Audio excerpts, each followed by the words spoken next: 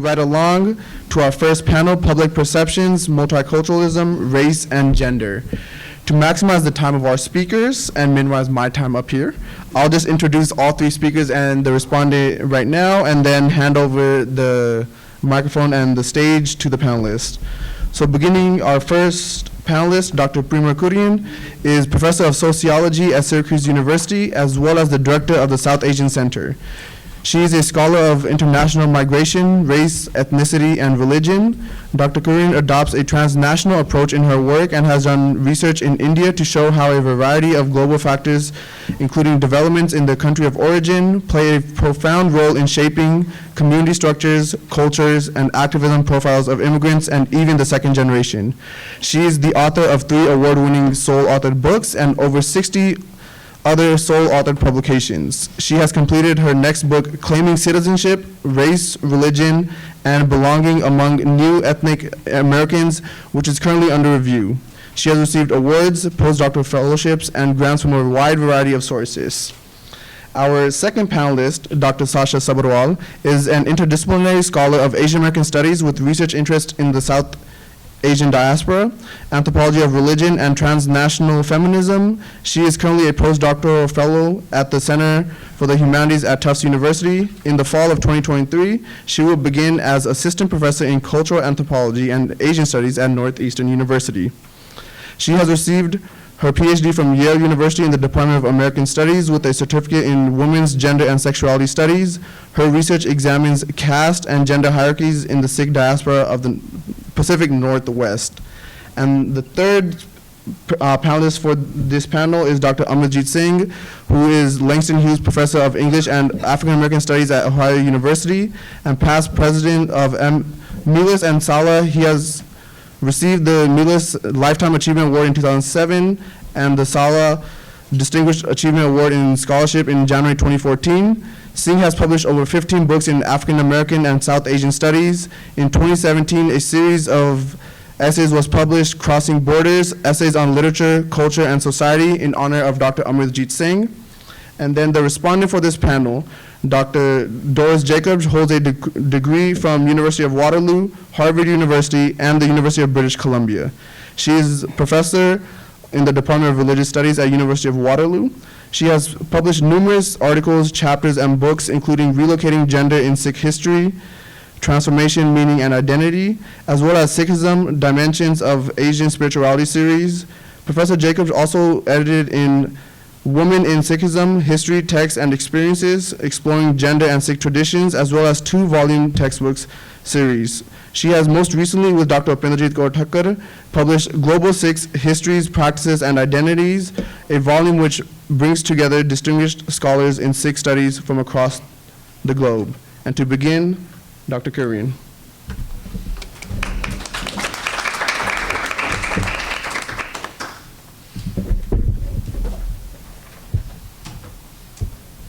Thank you so much, Tejpal, and thank you so much for reaching out to me.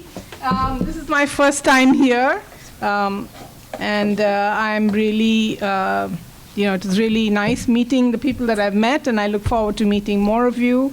And I really would like some feedback because I'm venturing into kind of new territory. So my paper draws on a larger project conducted between 2013 and 2020. It compares the patterns of political involvement and activism of Sikhs and Hindus from India, Sri Lanka, and Guyana in Canada and the US. So in terms of numbers, the thing about the US is that we do not include religion in the census, so we don't have accurate figures for religious groups. So there are estimates, 500,000 to 1 million, and these are mostly from Sikh groups. The Pew says at least 200,000, and Sikh communities feel that that's a gross underestimate. And Indian Americans were 4.4 million in 2021. The Canadian census, nearly 800,000 in 2021, 2.1% of the total population, and almost 30% of the South Asian population overall. Most Americans don't know who Sikhs are, And so there was even a PSA. I don't know if I really want to go into that. Okay, it's not even going there. Yeah, it's not going to go there. But there was even a PSA to tell the American public who Sikhs are and talk about them as ordinary Americans in a wide variety of occupations. But they are much better known and recognized in Canada. Now, so the puzzle that I'm trying to deal with, which I will come to, is that there were similar patterns of historical migration early on between Canada and the US, and there are strong patterns of transnational links. So then, you know, why do they manifest divergent political profiles? So Sikhs first arrived in North America at the turn of the 20th century as part of a larger migration out of the Punjab during the British colonial period. The migration was concentrated on the West Coast. And there were close ties. In both countries, Sikhs faced discrimination, exclusion acts, which led them to mobilize for family reunification, citizenship, voting rights. They formed a Gadar party to advocate for India's independence. And then there was a period of large-scale Sikh migration to Canada and the US, which began in the 1970s with the liberalization of immigration laws in both countries. So, you know, this is my puzzle, but I already told you what that is. Why do they manifest divergent political activism profiles at the national level? I'm focused on the national level. So in terms of the earlier history, again, fairly similar. In 1954, a Sikh was elected as mayor of Mission, BC. In 1952, Dilip Singh Saini was elected Justice of the Peace in California, and he was the first Asian American in the US Congress. If you look at the contemporary situation, in 2015, there were 18 Sikhs in the Canadian Parliament, 4 were in the cabinet. In 2017, Jakobsh Singh was elected leader of the NDP. But when you come to the US, it's a different profile. You have Nikki Haley, she has Sikh background but converted to Christianity. There are Sikh politicians in state and local level elected positions. But the national profile is very, very different in the two countries. So if you look at Sikhs in Canada, there's been a long history of local political mobilization around various causes, in BC and later, primarily BC, and then later in the Toronto region. But Sikhs in the US formed national organizations and started mobilizing around hate crimes after 9/11. You know, so the big mobilization, there were Sikh organizations before that led by the immigrant generation, but the big mobilization came after 9/11, and it was organized by the second generation. And the second generation feels that they are more fluent in the American politics and laws and can maneuver the system, and so they organize these national organizations. So in terms of the theoretical perspectives, there are two primarily theoretical perspectives that talk about political incorporation or political behavior of immigrants. One talks about the characteristic and resources of immigrants. You know, do they come from educated backgrounds? What kind of occupations do they have? Are they close-knit? And then the other one focuses on the political opportunity structures of different countries. What are the laws, formal and informal, that enable or not enable immigrants to get involved in the political sphere? And so my own argument is that the difference is primarily because of the political opportunity structures between the US and Canada, but the characteristic and resources of immigrants also play a role. And this I can see very clearly when I compare Sikhs and Hindus, which I'm not doing today. I'm just focusing on Sikhs. So for the study, I looked at Toronto, the Greater Toronto, Vancouver, New York City, and San Francisco Bay regions. And then, as I said, people of Hindu and Sikh backgrounds. The major advocacy organizations representing these groups in these regions, but also other members who are closely involved in the community. So I did over 220 interviews for the whole project. And the Sikh interviews, 87 from this project, 24 from an earlier project on the US. I also analyzed secondary materials.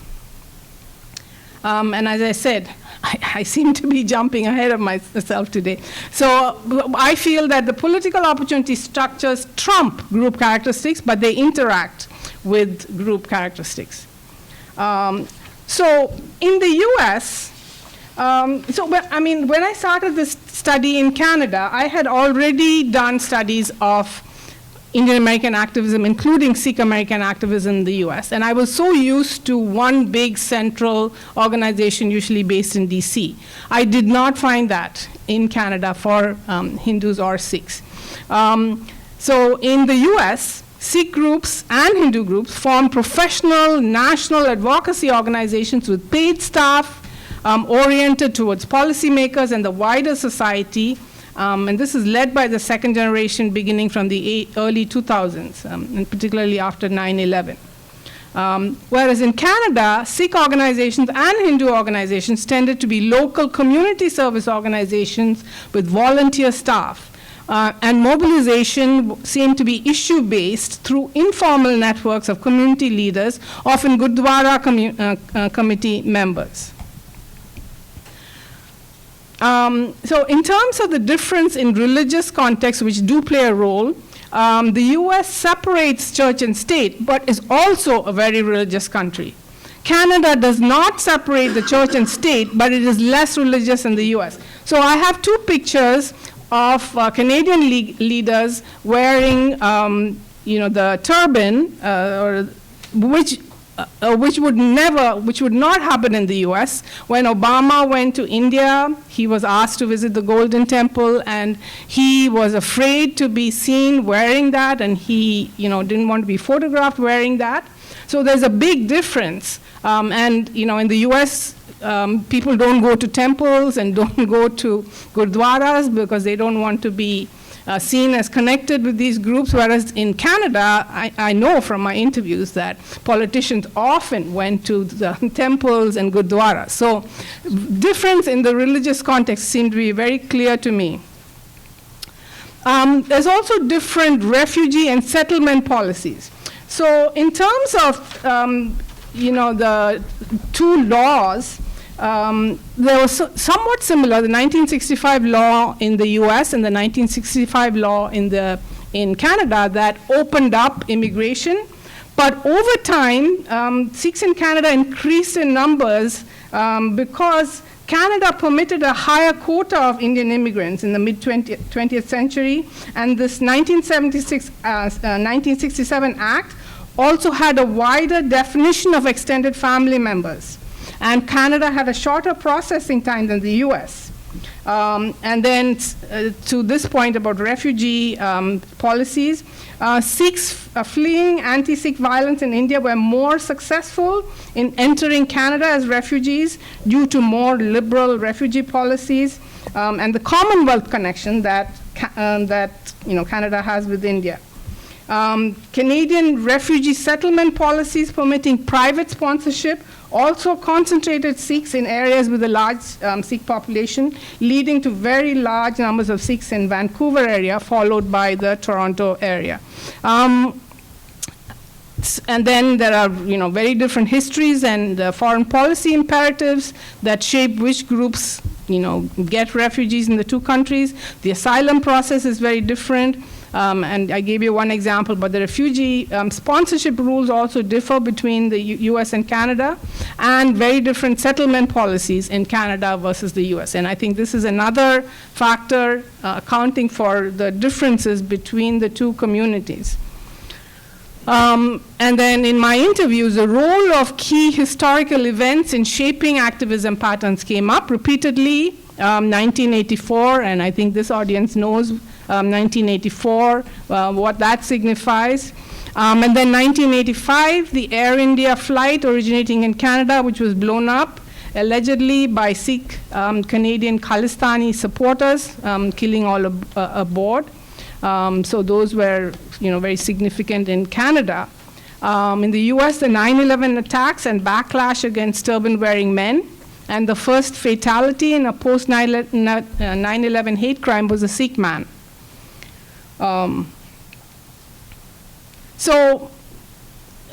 My argument is that political opportunity structures interact with group characteristics. So let me first give you some other context. So from my interviews and secondary research, it seemed that the formation of national organizations by Sikhs in the US is due to pressures of institutional isomorphism. Sikh leaders refer to the US Jewish organizations as role models and to black civil rights groups and non-white immigrant organizations in the US as exemplars. In contrast, Canadian Sikh activists could not name any national ethnic advocacy organization in Canada. So one activist who had lived in Canada and the US told me, I can think of like 10 organizations in the US that are non-Sikh organizations, but I can't think of a single organization in Canada right now. I mean, there are, but it is striking that she could not think of anybody right away. Perhaps because of the concentrated settlements and more localized nomination processes in Canada, Canadian ethnic leaders seem to have a closer connection with local politicians, and many of these local politicians are South Asian compared to the US context.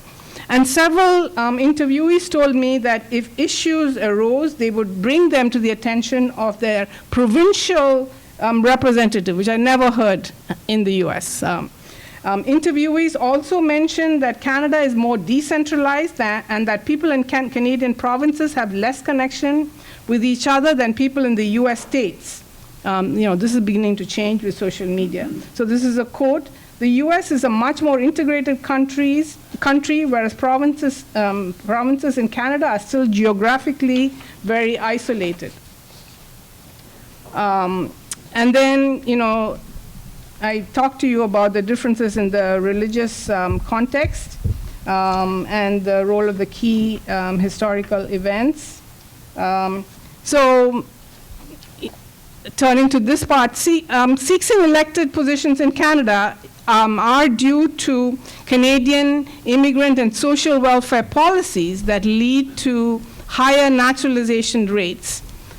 Its electoral system, which leads to more immigrants in public office, and the concentration of Sikhs in electoral districts or ridings. If you just type in Sikhs in Canada, you'll see many headlines about Sikhs being kingmakers in Canada, their powerful political position, which you absolutely don't see in the US.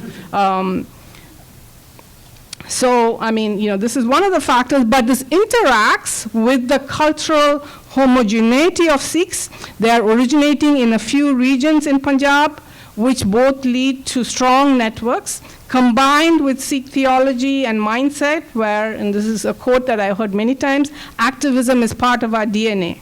So all of this leads to voter turnout campaigns and a much higher voter turnout.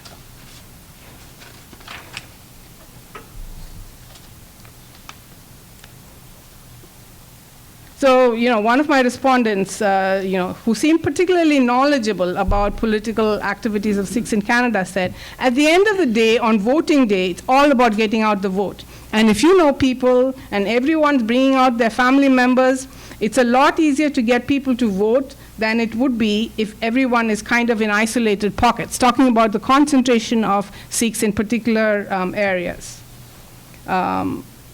This person said, that it's a nice virtuous loop that we've gotten ourselves into. The concentration of Sikhs, a higher naturalization rate, localized nominations have led many of them to run for office, and that's one of the reasons for the high participation rate of Sikh Canadians. Often in some of these elections, both candidates were Sikhs. in Canada.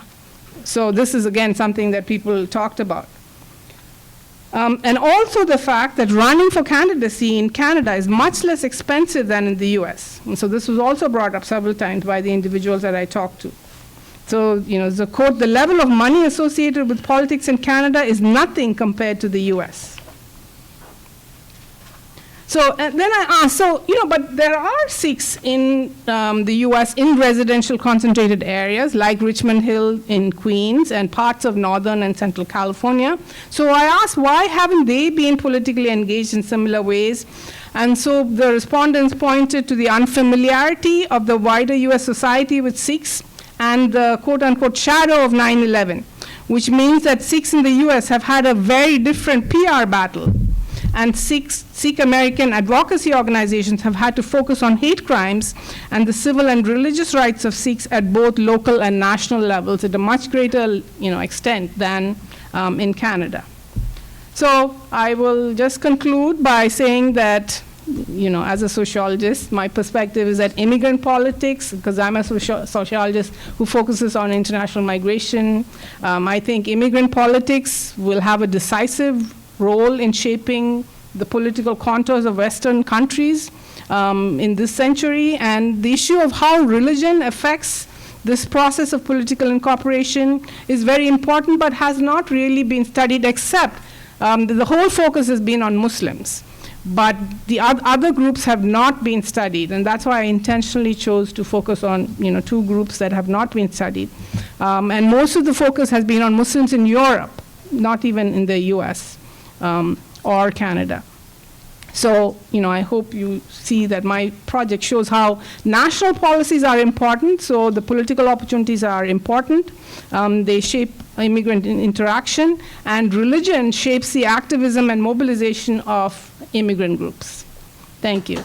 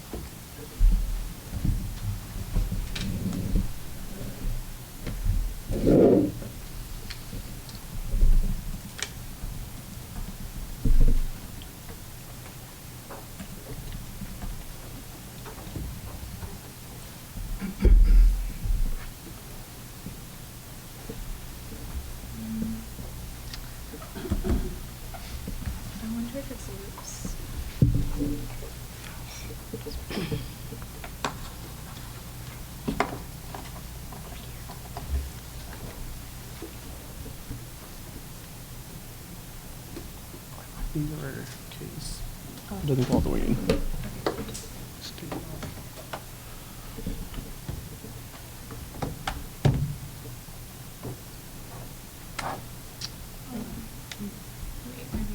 Does your adapter? Yeah, I have it. It's back there. Okay, no worries.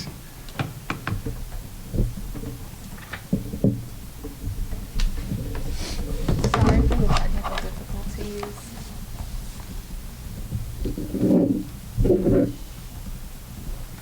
Oh, you got it.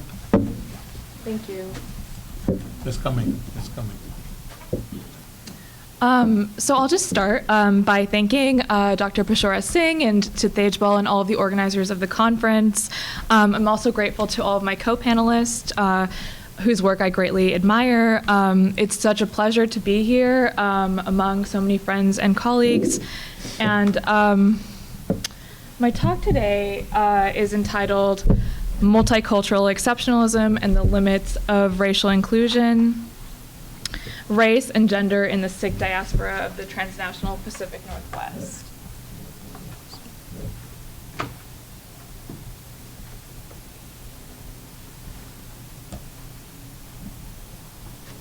Okay. There it is. And this talk is part of a second project that I've been thinking of in connection to my larger research on race, religion, caste, and gender in the Sikh diaspora of Canada and the United States.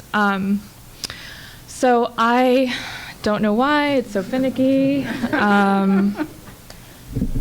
I think it's objecting to exceptionalism. I know.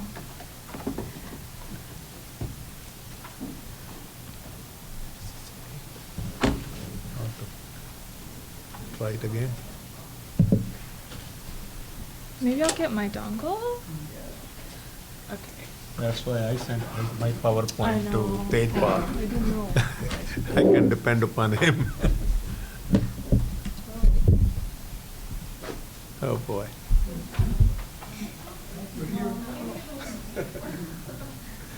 Well, it's come back now.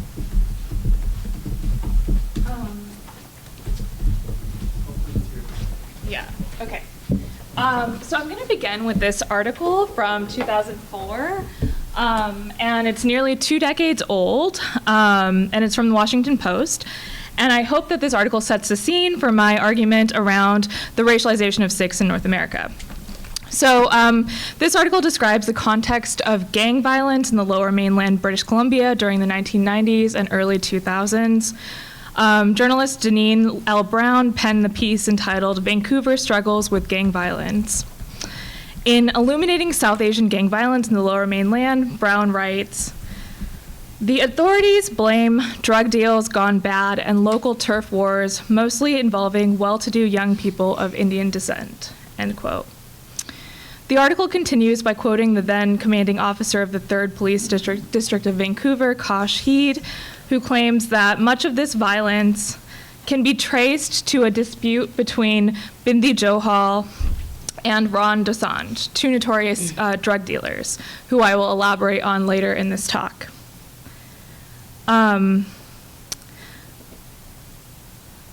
Heed asserts that the story of Johal inspires young South Asian men who have been recruited in high school to become gang members like him. He says, quote, "We still have Indo-Canadian males who want to be the next Johal. When you talk to them, they don't realize they have a short lifespan. They have the image of Johal's lifestyle, the cars, the money, the women. They do not see Johal in jail crying and scared," end quote. The article also quotes Wallace Opal, a justice of the Court of Appeals of British Columbia. Opal explains that gang members are often from well-off families. He says, quote, "Unlike in other countries, people involved in the gang activity here are not the poor or disadvantaged. For the most part, kids involved here are people who come from middle-class and upper-class homes. They get involved for the glamour," end quote. This 2004 article sets a scene for my talk, which explores the racialization of Punjabi Sikhs in the North American diaspora. I am interested in tracing how multicultural discourse has obfuscated state-sanctioned racial violence, including the criminalization, incarceration, and surveillance of the Sikh diaspora beginning in the 1990s and continuing into the present. I follow Khyati Joshi's argument about the racialization of religion, in which she argues that this racialization results in essentialism, reducing people to one aspect of their identity, and thereby presenting a homogeneous, undifferentiated, and static view of an ethno-religious community. Joshi argues that despite the similarity of processes and outcomes, racialization affects each religious group that is targeted differently. That is, race and religion come together for certain bodies, but not others. Deneen Brown's article, alongside this 2004 DH News article from Jagdish Maan, is one of the many reports that describes the spectacle of violence in the Lower Mainland, British Columbia. Scholars and activists have documented how the sensationalized media coverage of South Asians in Canada has constructed a pathologized South Asian male identity as violent and criminal within the public imaginary. At the same time, as Dr. Kurien's talk has demonstrated, the Canadian policies of the Trudeau government of multiculturalism, which was first introduced in Canada in 1971, sought to promote a just society that reflected the cultural and racial diversity of Canada. In this talk, I argue that the myth of multiculturalism that produces a sanitized, colorblind understanding of the Punjabi Sikh community in Canada and the US has resulted in the transnational hyper-policing of places like Surrey, British Columbia, by the Royal Canadian Mounted Police, and works within more contemporary discourses of Sikh racialization across North America and across India as well. I elucidate this argument in three ways. First, through a discussion of the 2015 film called Biba Boys.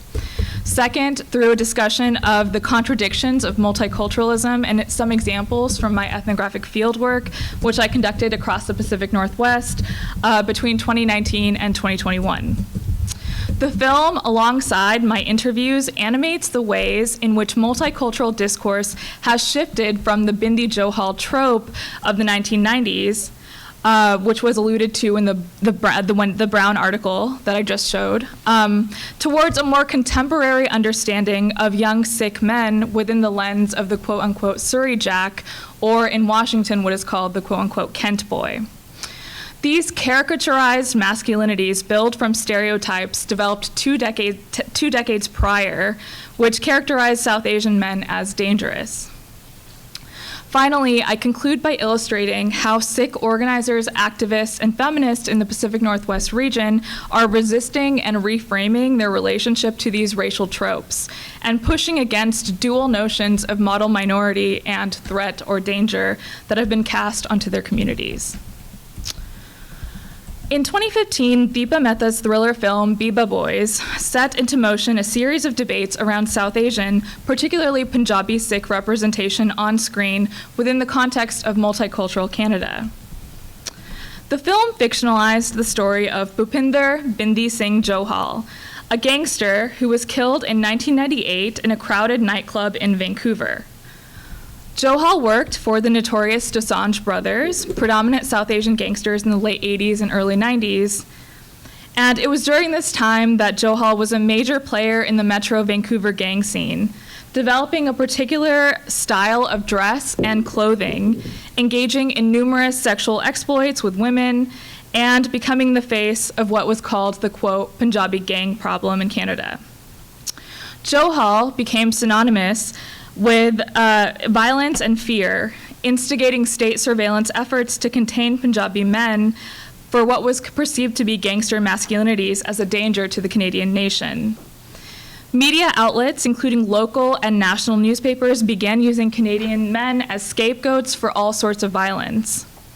Sociologist Anish Sayani argues that by the 2000s, the growing level of violence and crime within the South Asian community had been sensationalized, unduly portraying all South Asian men as gangsters and drug traffickers. The film Biba Boy took up many of these issues around representation, violence, and masculinity. Set in Vancouver's downtown east side, the film focused on the story of Jeet Johar, who you can see is pictured here on the left, a gangster from Vancouver whose gang ironically takes on the name Biba, or Goodfellows. The film revolves around Johar's feud with the much older Robbie Graywall, a gangster from a different generation. In the image on the right, Johar's fellow gangmates are watching him as he goes on trial. Johar in the film is arrested for selling drugs and in jail has to reckon with much of the violence that occurs in these kinds of situations, including those from white supremacists. The film takes up South Asian resistance to racism and white supremacy within the Canadian context. For example, Johar fought up against racist white men while in prison in a scene that outlined the explicit racisms that South Asians continue to experience. Further, in the penultimate scene of the film, Jeet speaks with his elderly alcoholic father who confesses that his addiction is due to the work conditions that he had experienced as an early migrant to Canada as a berry picker, and used alcohol to cope with the trauma of his brutal work conditions and the explicit xenophobia that he was experiencing. I don't have a lot of time to go into all the details of the film. If other folks have seen the film, I would love to chat about how you perceived a lot of these interactions. But I will cover a bit about the sort of ways that the film circulated. So ultimately, Biba Boys was met with strong criticism. South Asian Post journalist Jagdish Mann, who was quoted in the earlier piece, wrote that, quote, "It feels like Mehta is checking boxes, trying to get all of the ingredients into the recipe. Gangster threatening rival, gangster going to jail, gangster in court, all stirred together with a couple of cultural scenes, and voila, the souffle. The pieces do not sum to a whole greater than its parts," end quote. This kind of souffle that Mann describes is the mixing together of gangster, read, Western films with South Asian films to produce a particular blend of multicultural fusion. In an interview at the Toronto International Film Festival, Deepa Mehta, whose filmography spans films such as the Element trilogies, Fire, Earth, and Water, explained the stakes of Biba Boys. For her, the film served to represent South Asian Canadians on screen as part of the mainstream. She says, quote, "The film's concerns are about identity, assimilation, immigration. How do we become visible in a society that's relegated us to be invisible? You can really feel it as a brown person and as somebody who came to this country as an immigrant. We all want to be Canadian and we can't. We always continue to be hyphenated. I'll always be an Indo-Canadian. Perhaps it's not so bad in the States where there is that melting pot. This is ghettoization," end quote. For Mehta, Biba Boys' intervention was showing South Asians within a liberal discourse of inclusion. They too were involved in crimes and gangs. They too were complex, complicated characters. They too were bound up in toxic forms of masculinity. Even more fascinating here is Mehta's concern that Canadian multiculturalism is not as inclusive as the, quote, American melting pot. On the film's ability to traverse cultural borders, film reviewer Andrew Barker commented on the film, claiming that, quote, "Biba Boys deserves recognition for being the first hyper-violent, Tarantino-inspired comedy to take place entirely within the Canadian Sikh criminal underworld. The premise and cultural specificity will surely draw some attention.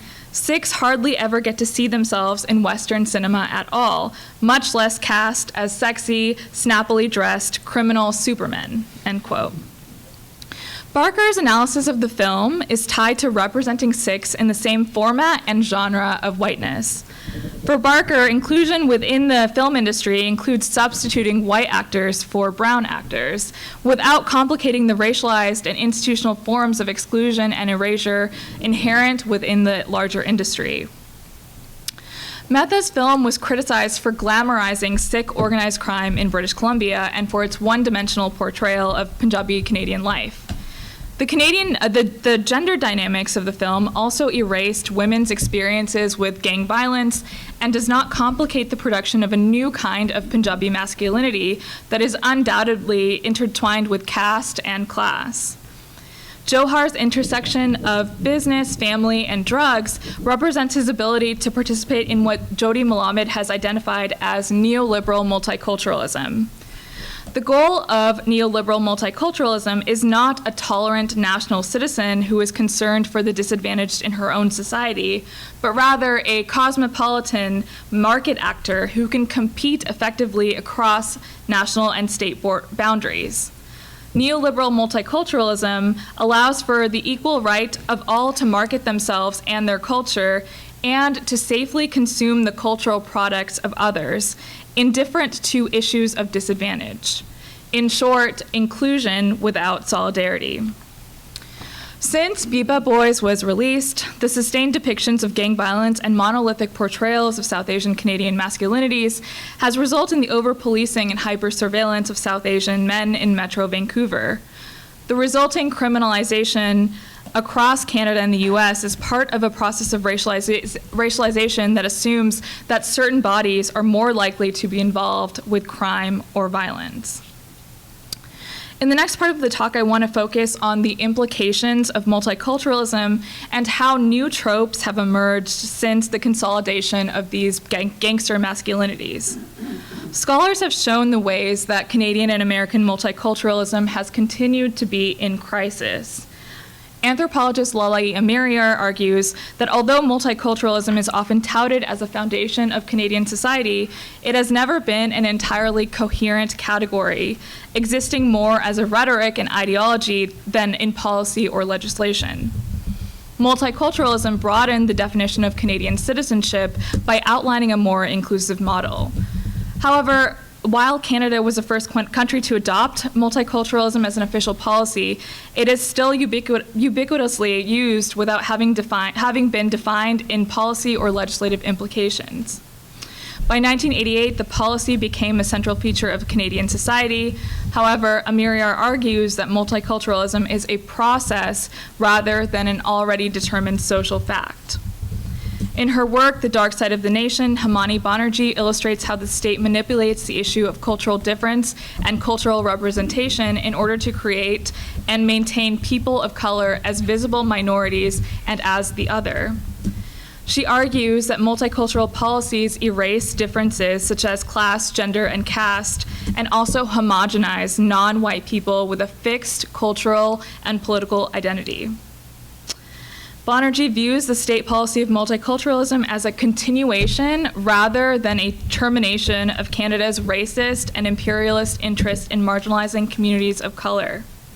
The Canadian state has also diverted anti-racist and other struggles for social justice and class equities through an appropriation of popular multiculturalism, and has turned the demand for political agency into a demand for state policy and programs. As Banerjee critically comments, official multiculturalism is a managed or co-opted version of anti-racist policy. This is also complicated by Canada's long history of structural and systematic violence against Indigenous communities. For Sikhs in Canada, the policy of multiculturalism has always generated a simultaneous form of inclusion and exclusion. For instance, as Dr. Kurien's talk illustrated, Jagmeet Singh is a leader of the New Democratic Party in Canada, yet many working-class young South Asian men continue to be criminalized and surveilled, and simultaneously participate in the security state, as is evident here, despite their discrimination. In his early work on dissent in the Punjabi Sikh diaspora, Michael Nijawan argues that there are two powerful images of troubled youth in the Canadian imaginary of the Sikh diaspora: terrorist bodies and samosa politics. He argues that these are not exclusive Canadian images of categorizing Sikhs, but rather two sides of the same coin. He argues that the first image associated with the Sikh youth is one of activism with transnational politics and support of militancy in Punjab. He argues that long before the events of 9/11, Sikhs have catapulted the international headlines as, quote, collateral damage or casualties of the war on terror. Most Western states surveilled supporters of Khalistan and considered anyone vaguely linked to such groups as a potential terrorist. The samosa politics image, on the other hand, posits young Sikhs with other Indo-Canadian youth as victims, in which social problems associated with youth are framed as juvenile delinquency issues, and reasons are sought out in the specific cultural fabric of Punjabi immigrant communities. Nijawan shows that rather than understanding diasporic experiences through fixity or stasis, the concept of precarious diaspora can be useful in understanding the difference and everyday lived dimensions of Sikh youth. With this context in mind, I want to illustrate through my ethnographic fieldwork the ways that South Asians in the Pacific Northwest get absorbed into logics and discourses of multiculturalism. In particular, I'm interested in how cinematic depictions, such as those that were depicted in Biba Boys, are bound up with a portrayal of the British Columbia trope called Surrey Jack. The Jack is one iteration of masculinity within young high school Punjabi students across Surrey. Lots of folks have sort of studied the phenomenon of the Jack, including sociologist Heather Brown, who argues that the Surrey Jack representation of gangs in particular within the media reduces the Punjabi community to stereotypes. According to her ethnographic research, Jacks are well known throughout Surrey, easily distinguishable by their spiky hair with blonde tops, chin straps, diamond stud earrings, long slung pants, and baggy tops. Ideas about what constitutes the jack vary, however, and it is a term that is often used derogatorily to describe young boys who are uninterested in school. And I'm going to kind of go through this a little faster to get through time, but I sort of show how this kind of youth masculinity projected onto the South Asian Canadian youth has produced a reductive, monolithic idea of sort of who is part of the community and what this new generation looks like. And we can talk more about this in the Q&A.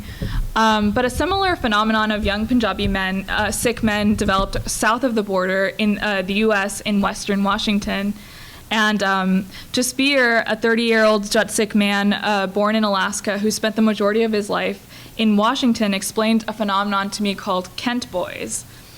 It was back in my uni days, he began, as he harked back to his time at Washington State University. He continued to say, I was a freshman and had just started classes. It was hard for me, coming from Alaska, where the Desi community was much more diverse. In Alaska, it was not simply Punjabi the way it feels here in Kent, Washington. I knew people from South India, Muslims, as well as people from Bangladesh. Anyway, I met a group of brown people who I tried to connect with right off the bat. I thought they were my people and wanted to find a community. I was surprised with how standoffish they were. Eventually, one of the girls in my political science course said that she thought I was one of the Kent boys who were just too much. I had no idea what a Kent boy was, but I eventually figured out that they're just like the Surrey Jack, and I immediately clarified. I knew I was nothing like them, and I didn't want them to get the wrong idea. End quote. Jasbir's immediate disavowal of the Kent boy stereotype highlights his intimate knowledge of the kinds of expectations placed on Punjabi Sikh boys his age in Washington. According to Jasbir, Kent, which is home to a thriving Punjabi Sikh diaspora community, developed a reputation as home to gang culture and rampant violence among Punjabi Sikh boys. For students at Washington State University, Kent had been typecast as home to a particular class of Punjabi Sikhs who are seen to be similar to boys in Surrey. When I asked Jasbir why he was so worried about getting labeled as a Kent boy, he told me, quote, it was the first time I had heard about these boys, and I realized that I'm way more open-minded than the stereotype of these boys from Kent. I wasn't just talking to girls to hook up with them. I genuinely wanted to befriend them and build a community. Kent boys are just in it for themselves. Jasbir, in contrast to the Kent boys, saw himself as more understanding and open to building strong connections and relationships. The parallels between the Surrey Jack and Kent boys are part of a larger gendered system of gendered practices enmeshed within diasporic communities that places emphasis on men as emotional, strong providers, but also as being highly prone to gang cultures. I suggest that the Surrey Jack and Kent boy tropes in Canada and the US are part and parcel of the same kind of multicultural logic that criminalizes Punjabi Sikh men as dangerous. And I'll just conclude, I only have 1 minute left, but I just want to say that this discourse is not totalizing, and in fact, many young feminist activists across the Pacific Northwest have begun campaigns to reclaim Surrey as a site of belonging rather than as a site of danger or crime. Activists such as Harpreet Mandher and Rumneek Johal are campaigning to reclaim Surrey as a radical form of taking back the cities. And I'll just give two examples. First is Harpreet Mandher, who has done really excellent activist work. And her argument is that Surrey, which the slogan is Surrey, the future lives here, gets taken up and switched to Surrey, the future dies here. However, lots of folks in the community have sort of demonstrated that they are pushing back against the kinds of policing and the media representation that's happening in Surrey. Rumneek Johal, a British Columbia-based activist, argues that, quote, in Surrey, the headlines about gangs and shootings come to define the whole city, casting a shadow over even those of us who are actively trying to make this place better, end quote. Rumneek's auto-documentary, Allow Us to Reintroduce Ourselves, complicates the racialization of Surrey and the significance of pushing against hegemonic ideas about Surrey Jacks as monolithic, rather than a heterogeneous masculinity. So in closing, I began with Biba boys and draw from examples of the Surrey Jack and Kent boys to illustrate how South Asian diasporic experience has been molded by the state policies of multiculturalism. The structural inequities and systematic oppression are concealed by multicultural rhetoric of inclusion and integration. I argue that the gangster trope of Mehta's films and the Jack are two sides of the same coin working in tandem to create a system of policing and surveillance. While these racial tropes are being critically reconceptualized within the community, I show that the uneven emphasis on the securitized ideas of surveillance and policing have reproduced harmful racial tropes that are promulgated caricaturized stereotypes that characterize the South Asian men as dangerous. Thank you.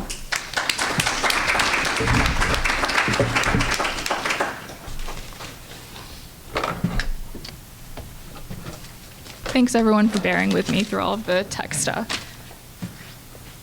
I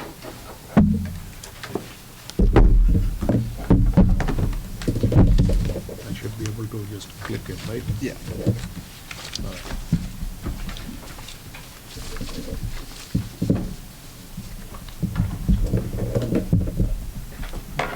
Is it okay to put it there?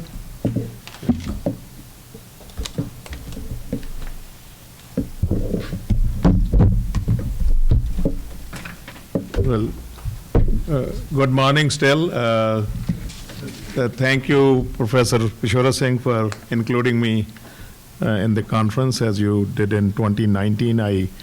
I come here and I learn a lot by being part of these Sikh Studies conferences. I, of course, in some ways, wearing a turban, I'm a kind of odd presence in conferences such as this, because and that probably happened in 2019 too. But you know, as you get older, you realize that a lot of your scholarship is imbricated in your own life and the personal and professional choices you make. So in 2019, you may or may not recall, I started with quoting a poem from Seamus Heaney, the Irish Nobel laureate, where I argued that spirituality can be experienced in places that may not have any direct relationship to God or to prayers. And that Guru Nanak continues to speak to me in many ways, even as an agnostic. That was the point I tried to make. I have been in African American studies for over 50 years. I started on my dissertation on the Harlem Renaissance in 1970. I started at NYU in 1968 as a 22-year-old Fulbright fellow from India. I read Native Son. I came from India wanting to do Hemingway. And I read Native Son, Richard Wright's 1940 book, the first best-selling book by a black American writer. And it shook me. No other book had shaken me the way Native Son did, maybe other than Crime and Punishment by Dostoevsky. So then, you know, I shifted my loyalty, that I said.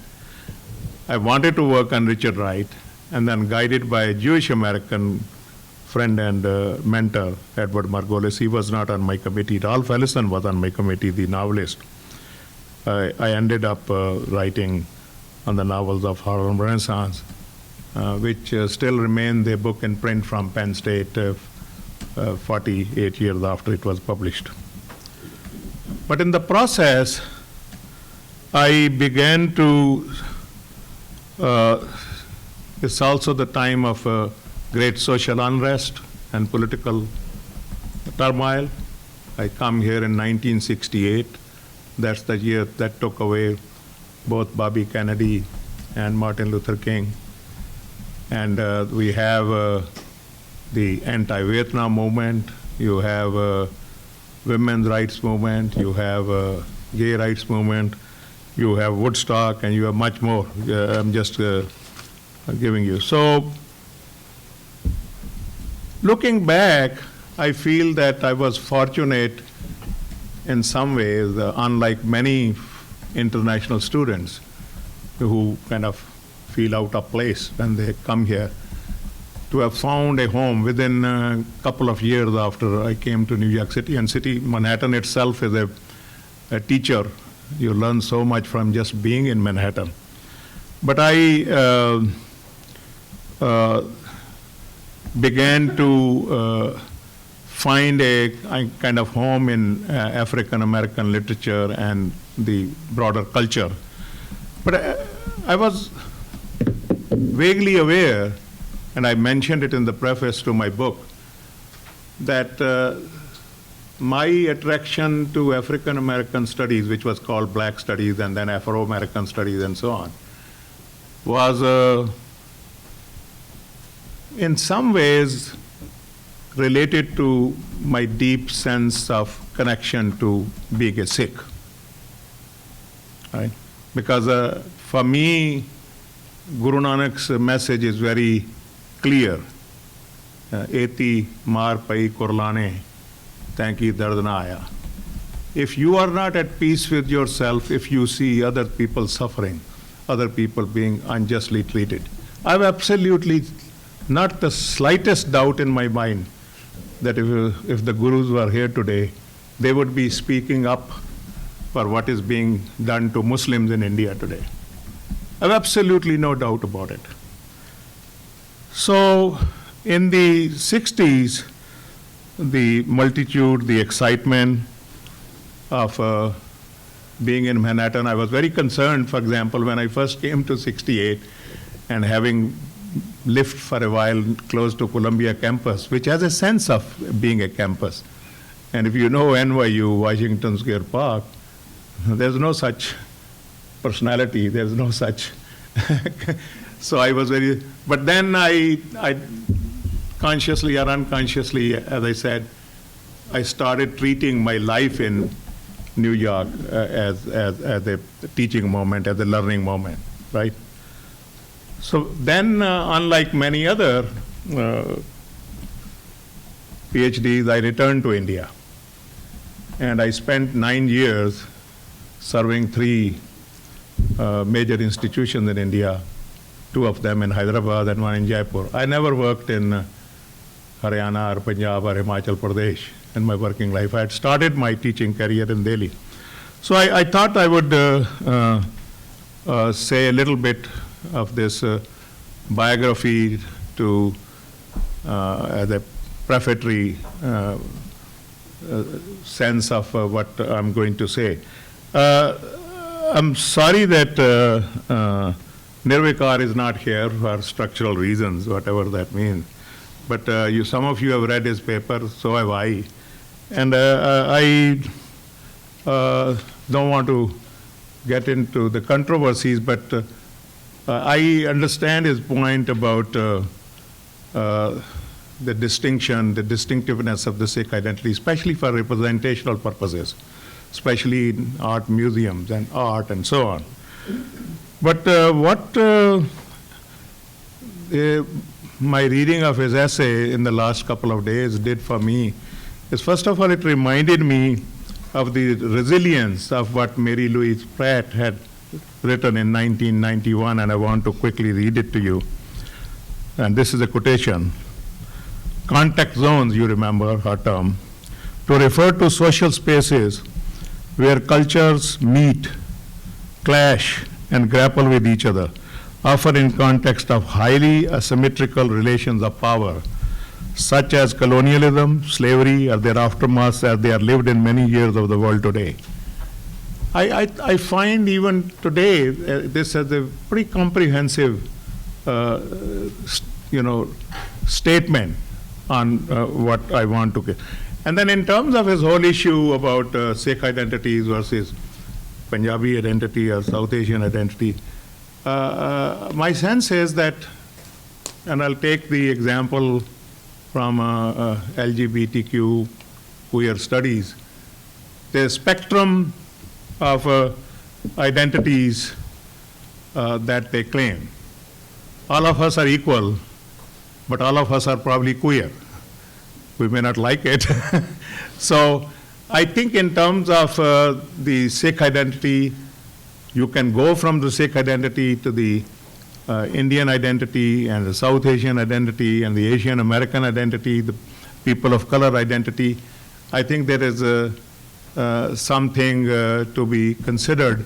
And if the Sikh body in the early years of the 20th century or late years of the 19th century, if it stood in for this larger spectrum of identities, then I have no quarrel with it, right? It's a spectrum.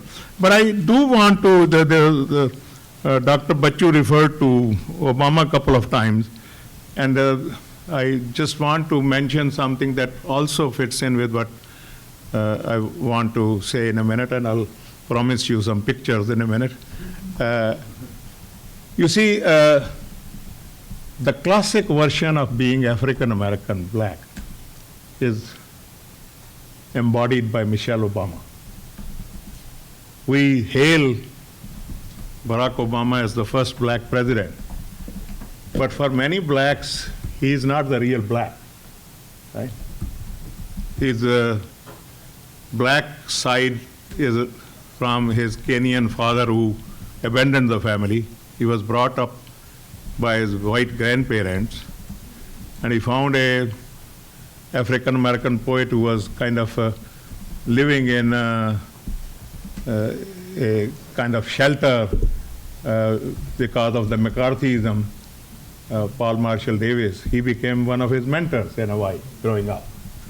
So you can talk, to kind of it's the classic Coke versus the new Coke. The new Coke doesn't go very well. If you have not gone through the whole crucible of the black experience in the South, if you have not come through that, 200 years of slavery, 100 years of Jim Crow, if your family has not gone through that, then of course, and there's a lot of tension, I'm not going to go into that among the black communities. The West Indians were seen as carpetbaggers. They came and they were seen as a threat by African Americans. They were more successful because they didn't have this whole burden of African American history bearing on them. So at this point, let me show you the so all I do is just click return or? Space. Yeah, space, either one.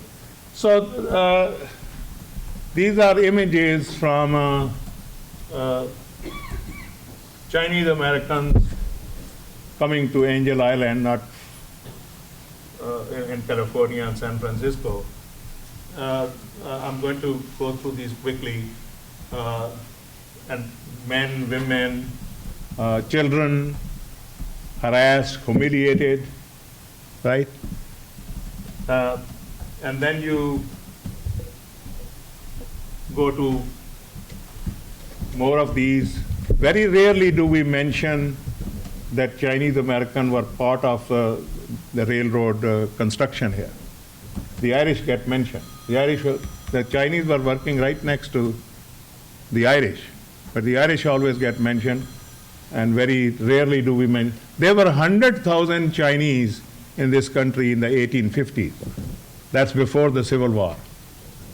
And then you can just imagine if the Chinese Exclusion Act had not been imposed in 1882, renewed in 1892, made permanent in 1902, and then you get to the National Origin Act, you get to the Bhagat Singh Thind case that has already been mentioned. So the Chinese population will be probably 3 or 4 times larger. Same thing happened to the Japanese American with the Gentleman's Agreement. Same thing happened to us. Not the Kamagata Maru only, but all along the West Coast, from British Columbia to Washington, to Oregon, to California, we have racialization, we have exclusion. So I want to quickly show you, Jacob Lawrence is a well-known African American. So he's talking about people, black people moving from the south to the north. So I want you to imagine that black people are moving from the south to the north, just as Jewish people are coming from Russia, or Chinese people are coming from China, or Desis of all backgrounds. It used to be just India, but now we call it South Asia. So these are people who are trying to leave for Chicago, New York, St. Louis. Think of them as internal immigrants. Right. And look at this image. What do you see? It's not a case of a lynching, but the news which has reappeared on in many US campuses in recent years, it's much more effective to show a person depressed, just imagining that, you know. Richard Wright had the famous poem, Between the World and Me. And the first stanza, he describes the scene of where a lynching has taken place. The second is imagining that he could have been that person. And I'll tell you why I'm raising all this. Lightering. I was in Savannah, Georgia, as late as the late 90s, and black people were very concerned that any of us we were attending a conference on post-colonial literature, that if we were walking at wrong times of the day or night in wrong places, they insisted on driving us to our motels.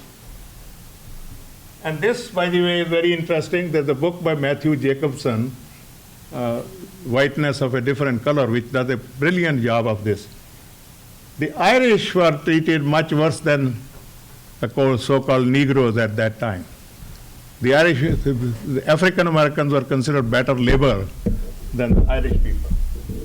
This, of course, you all know, the Sikh mill workers in Vancouver, 1905. Then you go to this very interesting cartoon, the Sikhs, the Indians, the Desis, all caught between the empire at home and the lack of acceptance, lack of welcome in the US. Right? And this, of course, Kamagata Maru. And the point I want to make is that race and class have been always part of the Sikh immigration history, and this conference is making that very clear. But sometimes things that are clear, they need to be argued. We need to have a strategic, theoretical, and historical relationship of Sikh studies to South Asian studies, to Asian American studies, to race and ethnic studies, to gender and women studies. It cannot be a thing apart. And I again want to illustrate that with some practical consequences in history and even some recent issues.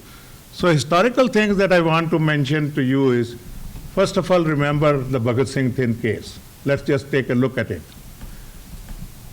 You have the Ozawa case in 1922, a Japanese American who goes to the court and does all kinds of self-demeaning things. Oh, don't even allow my children to speak Japanese. We go to the white church. Please give me naturalization. And they said, well, we have two categories. There's the category of the Caucasian and there's the category of the black. You don't fit into either category. And Ozawa and Bhagat Singh Thind were in touch with each other. Next year, the case comes up for Bhagat Singh Thind. And lo and behold, the court acknowledges that you are Caucasian. But sorry, You are not white in the same way the French person in the street is white. So they start creating new theories of racism, of race.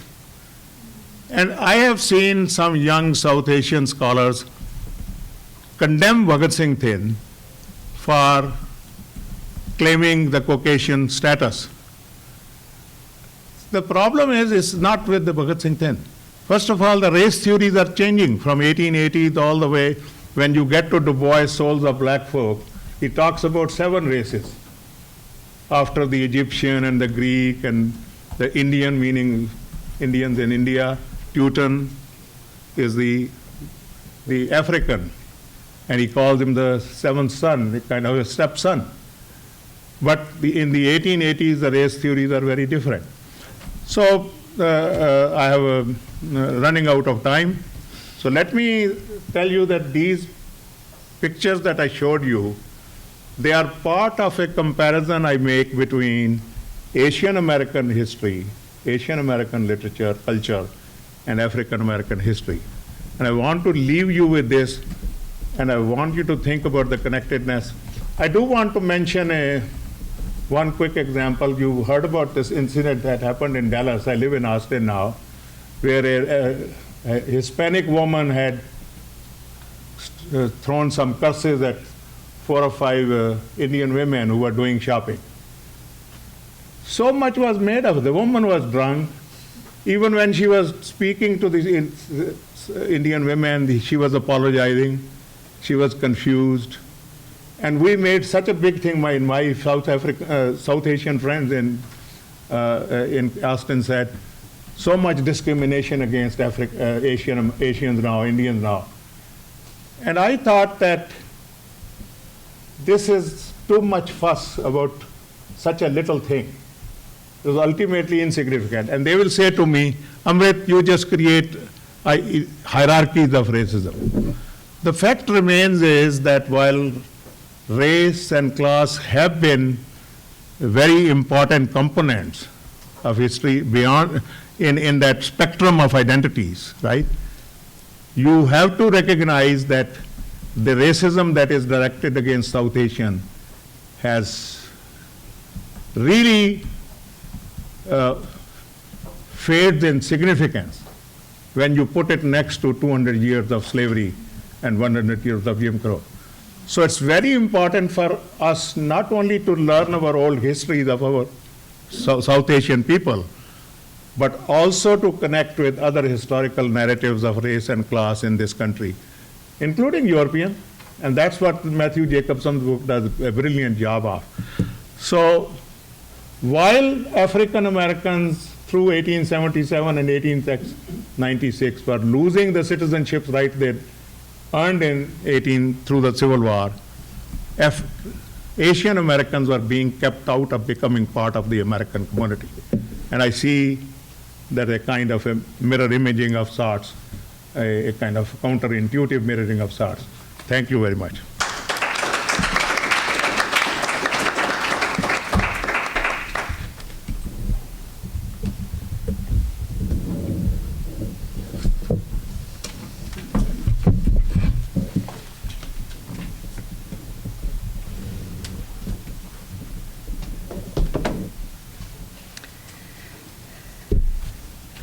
Computer seems to be freezing constantly. But let me begin by saying how delighted I am to be here. Peshora, you've done it again. Obviously a mentor and a friend to so many of us. And I think we're all so appreciative of being here. So let me just start by saying thank you.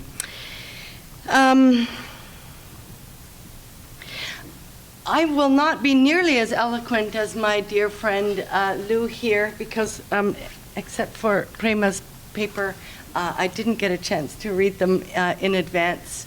So I really am just going to be pulling together some questions, and I think it would be better for us to just have questions from the audience.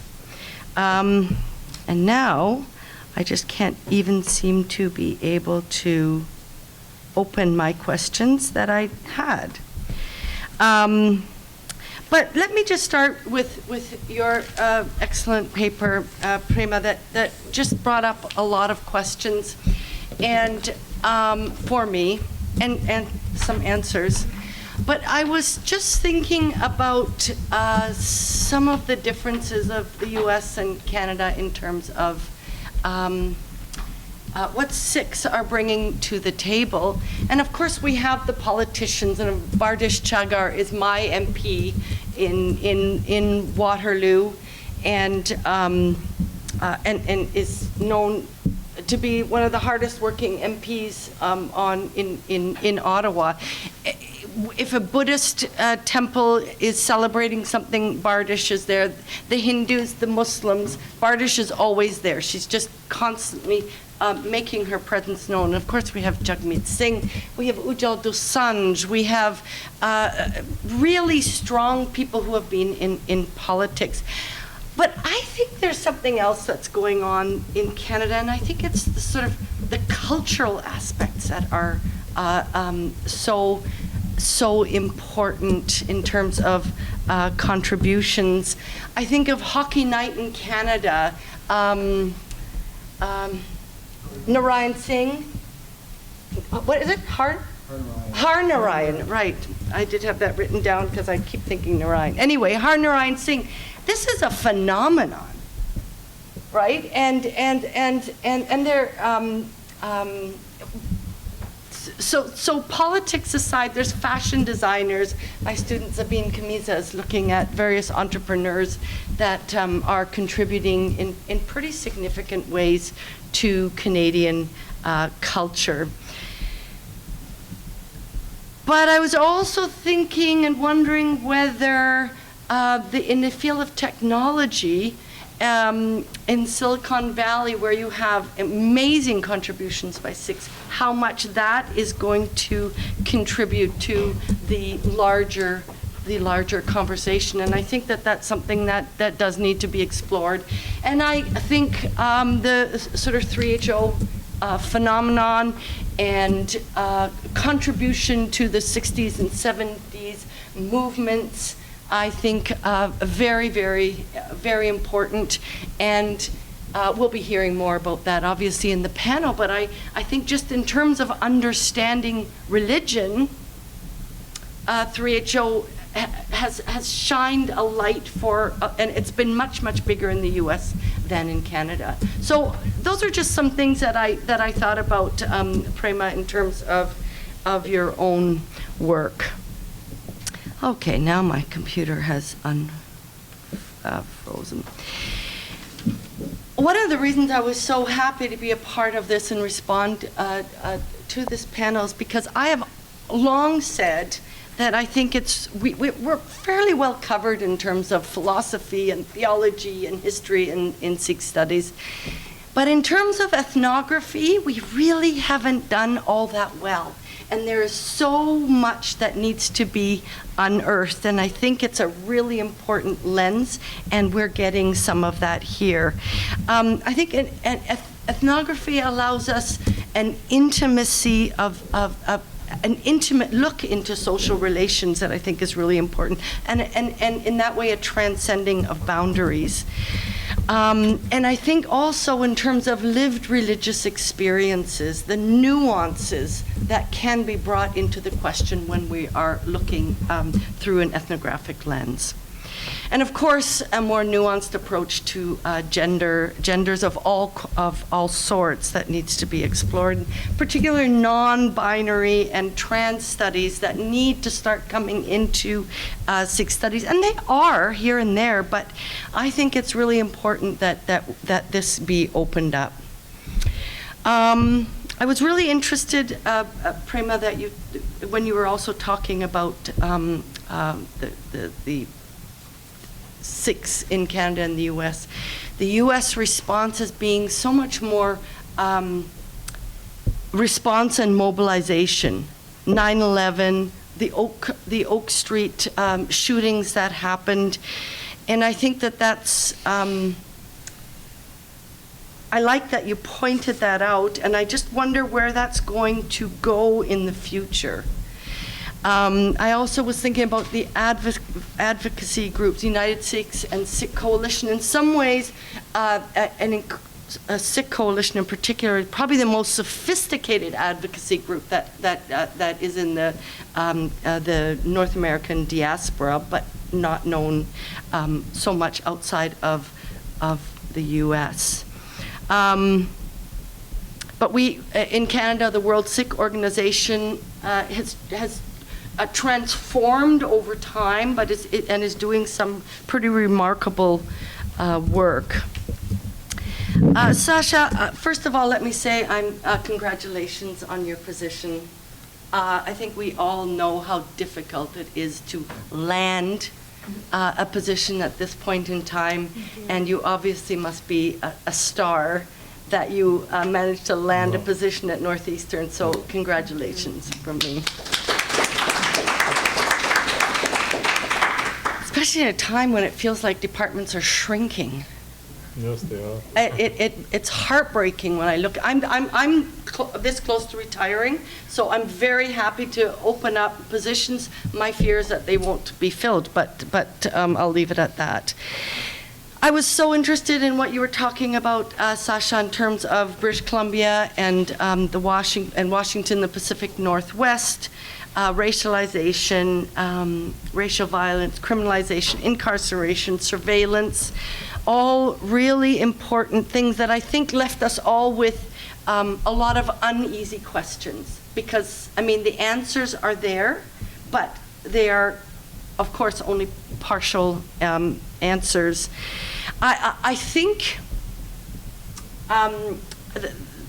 what we just heard about from Amritjit about needing to put things in a larger perspective. If you think about the Vietnamese groups and gangs and Chinese gangs in the Lower Mainland that are getting a lot of focus. So it's not just the sort of the racialized Punjabi Sikh gang member that has a focus. So I think that that's really important to open the question a little bit in terms of essentialized notions of masculinities and racialized religious tropes. I also thought of, your presentation of Biba Boys by Deepa Mehta, but also Punjabi Sikh Canadian Manbir Mani Amar, who did the film called A Warrior's Religion. I just wonder how those compare and why you wouldn't have mentioned it, because I think that A Warrior's Religion asks, I think, even more difficult questions. And I think it's in Warrior's Religion that the Gurdwaras and stockpiling of weapons, I believe it's in that film that the Gurdwara and this violence is brought together. So then the question is, who can represent, I think, is being South Asian enough, as Mehta is, or Sikh, Punjabi, as the case of Manbir, who was just recently killed, by the way, in a neighborhood altercation, a brilliant young filmmaker who is no longer with us. So those are just more questions, and I think it's only resistance and reframing and complicated racialized representation and portrayal can only come with asking the right questions, or maybe that's too far, but new questions and more nuanced questions that lead to bigger understandings of what is happening. And that also, as those of us who are in academia know, we just focus on one or two things in terms of our own research. And the beauty of scholarly research is that other people can stand and critique the hell out of us and ask new questions and take the questions and take the issues into a much, much deeper and fuller arena. And it's what I have loved so much about being able to stand on my beloved friend Nikki Singh's shoulders, because without her work, where would we be for those of us who work in Sikh studies in terms of women's questions? And so for all of us who do get critiqued regularly, I think it's painful, but it's also a little bit of a blessing. And so if you've never gotten critiqued, you might want to ask yourself, I wonder why. Anyway, something to think about. Sasha, do you know of Dr. Manjit Pabla, who has worked, he worked at my university in sociology and just did his PhD a couple of years ago, but he wrote something called The Legacies of Bindi Johal, the Contemporary Folk Two Devil or Sympathetic Hero. It's in the journal Religions that I edited in 2020. But he takes a really sophisticated approach to masculinities and intersectionalities. So now, Amritjit Singh, so many big questions again. Thank you for reminiscing on how you settled on your chosen field, and I think it probably led to all of us doing the same thing. How did we end up here at Riverside? Why are we here? And it certainly did that for me. I wonder if you have had issues of writing about the other in terms of representation as a non-African American in terms of your own chosen field. This is something that we come up with all the time. Who can write about something? Who can wear a salwar kameez? Who cannot? Who can write about African American authors and culture? I think what also I found so interesting in terms of the spectrum of identities that were spurred on by your LGBTQ plus questions, certainly notions of Christianities and Hinduisms and Buddhisms has been explored. And I, in one of my publications, have called for the notion of Sikhisms to be explored. But I think most importantly, Amritjit, I'm sorry. Amarjit. Apologies. You're called to situated Sikh studies within larger scholarly categories. I think Asian American culture and history and approaches to race and class, as opposed to the very narrow focus that some have said, and protectionisms that Sikh studies has often been critiqued of following. And I think that was very, very important. So, lastly, I would call out to all the new scholars out there, and I'm so heartened to see faces that I don't know. We need a multi-sited diasporic research project focusing on the US, Canada, and the UK. And at the very least, because we have such different religious cultures in each of those areas. This is where Sikh studies, I would say, in those three areas are the strongest. And nobody has yet done, Prema, you've started the work, I think US and Canada, and others have too, but a really big research project. We've got Jasbir and Amritjit in the UK, and scholars in Canada and in the US. This, I think, would be one of the most important contributions that we could do to blow up Sikh studies, and an important blow up. Because I think that the history, the politics, the work opportunities, but also clear religious differences when it comes to Sikh lived religious practices is important. And I think we touched a little bit on this on the book that Amritjit and I discussed in our introductions to Global Sikhs. Okay, so I'm delighted that these papers are doing precisely some of these things. Thank you very, very much. I can't wait to see these published. And they're doing the work that needs to be done. I look forward to the rest of the conference. Thank you all.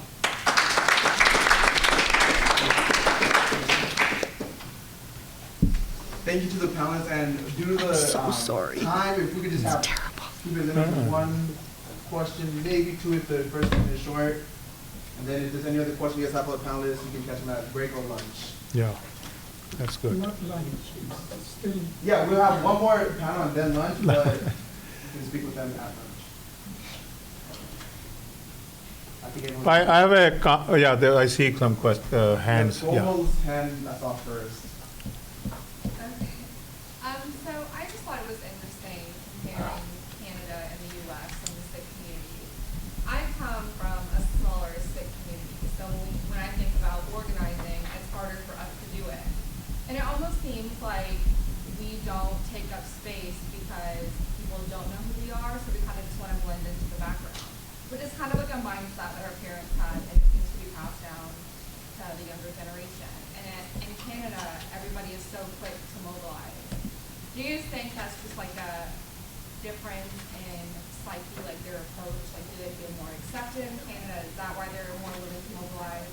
Like, could that be a part of why there's a huge gap in like national representation in the U.S.? Like, what do you guys think about that? Should we maybe take another question? Yeah, I'll let you answer the question, but I wanted to add that comment based on Dr. Kurien's and Sasha's presentations, because if you hear Deepa Mehta, and there were other references Dr. Kurien made, it kind of seems contradictory. They are saying, oh, there's a more melting pot here, Deepa Mehta says. And then, of course, I agree with Hemani Banerjee's kind of narrative that multiculturalism has not completely contained. So I think it's, and even, Dr. Kurien, there are US politicians who have worn turbans, who have invited people to do Sikh prayers. My nephew, Jasbir Singh, did prayer for the inauguration of the governor in Washington. Governor Kane wore turbans. The governor, one of the legislators in Pennsylvania brought Sikhs and gave a huge ovation. So it's not all happening in Canada, it's happening here too, maybe in a different way. Definitely Sikhs are not as visible in the political, but I didn't want to take Oh no, your I was time just away going to from say your maybe we can discussion. take another question and then we can all Yeah, if you respond. want to jointly, I saw Dr. Mundo's hand up as well, and then they can jointly answer both Yeah. questions. Yeah, just very quickly, thank you so much for the presentations. I noticed some connections between Professor Singh and Dr. Sabherwal's presentation with respect to thinking about sort of mapping the relationship between race, religion, and caste, which I think Yeah. we'll be talking about in the next panel. But Sasha, I was really curious about how you're thinking about Blackness in your project. So not only racialization within white supremacy, but how this white-black dichotomy is operating in North American context, and how religion and caste affiliation maps onto affiliations with blackness and political blackness in certain ways. And so what does it mean to think through blackness and you have the Sikh identity or Punjabi identity or South Asian identity as a kind of relational blackness. And I think Professor Singh has gestured was thinking about Sikh studies and relationship to black studies.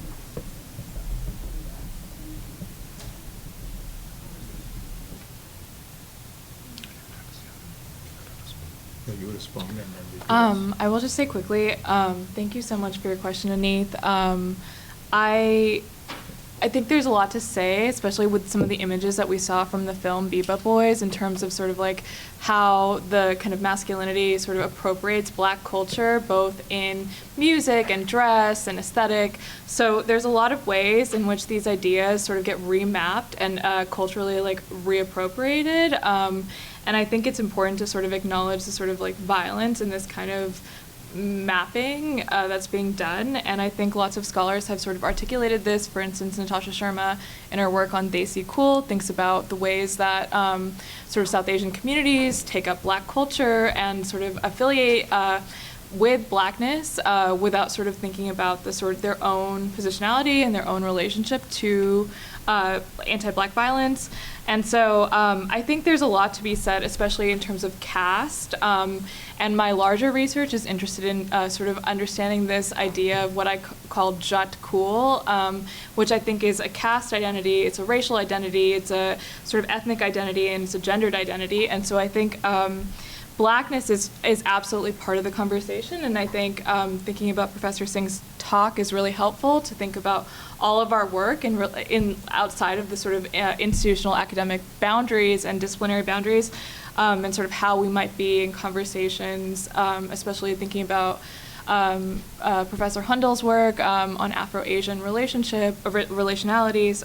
So I think it's important to sort of open up this conversation, as was mentioned in some of the comments as well. I just want to close this session with a poem. It's always good to. So it's going to take 2 minutes. And the poem is well known, most of you have read it. If you haven't, you can easily Google it. Actually, I'm required by law to read something by Langston Hughes everywhere I speak. I mean, I just told a lie. I too sing America. I too sing America. Why does he say I too sing America? Because Walt Whitman sang America. So here's a black poet in the 20th century who was very fond of Walt Whitman, who wants to sing America. I too sing America. I'm the darker brother. Say, send me to eat in the kitchen when company comes. I laugh and eat well and grow strong. Tomorrow I will be at the table when company comes. Nobody will dare say to me, eat in the kitchen then. Besides, they'll see how beautiful I am and be ashamed. I too sing America. So a Punjabi fellow, K.K. Rishi, retired professor of biology from Kurukshetra, has done a beautiful translation of it, and I use it, and it works very well. I used it probably half a dozen times in my recent 7-week visit to India, where I did about 11 events. I'm going to read it. I think it's an improvement upon the original. I don't know what you think. मैं भी America के नगमे गाता हूँ, काले तन का भाई मैं कहलाता हूँ. घर में जब मेहमान कहीं से आते हैं, घर वाले तब मुझको यूं समझाते हैं, देखो मेज़ के पास नहीं तुम आओगे, आज रसोई में ही खाना खाओगे. उनकी बात पे मन ही मन मुस्काता हूँ, किचन में के अंदर डट कर खाना खाता हूँ. A very Punjabi line. डट कर खाना खाता हूँ. खाना खाकर यूं तगड़ा हो जाऊंगा, डील डोल पर अपने मैं इतराऊंगा. देखूंगा फिर मुझे कौन समझाता है, मेहमानों के बीच से कौन उठाता है. रुख पर मेरे जब रौनक लहराएगी, खूबसूरती मेरी उनको भाएगी, उनको अपनी बातों पे शर्म आएगी. मैं भी अमेरिकन हूँ, उन्हें बताता हूँ, मैं भी अमेरिका के नगमे गाता हूँ. Thank you. What a great conclusion. It's fine. Always keep. Yeah. It's really bad. Yeah. The first question was to me. You guys didn't even give me a chance to respond. Oh, I'm not good. Well, you can answer it now. Please do. Can we just let Dr. Kurien respond? Thank you for the question. I will say that I've conducted this research. I haven't analyzed it, and I'm still trying to understand it, and that's why I thought I was hoping I would get feedback here. I think one of the issues is how you mobilize. I mean, and that's where I think there's a difference between Canada and the US, because in Canada, you can mobilize locally and contact your local MPP, not MP, MPP, which I never heard here, that you contact your state rep. You've got to contact your senator if you want anything done. And that is such a higher, bar, which makes it so much more difficult. That's why I think it just works very differently in Canada versus the US. But I would be happy to hear more from you about how it works in the US level. So yes, certainly there are cultural differences. And certainly, if you look at the proportion of Sikhs, they are much higher proportion in Canada versus the US. But how did that get there? I mean, that's also what I'm looking at, how the laws and the activism of Sikhs in Canada led to that concentration and led to greater proportion. So it's not just that, so it's a step-by-step process that I'm looking at. How did we end up this way? And I know that at a state level, it's different. But I'm looking at the national level, and I know there are differences between Toronto and Vancouver. Yes, I yes, heard yes. about all of this. And, so when you zoom down to the local level, the picture is different. I know that. And I am going to be doing that because I've done these studies. But, for this talk, I was looking at the national level. Thank you. Thank you.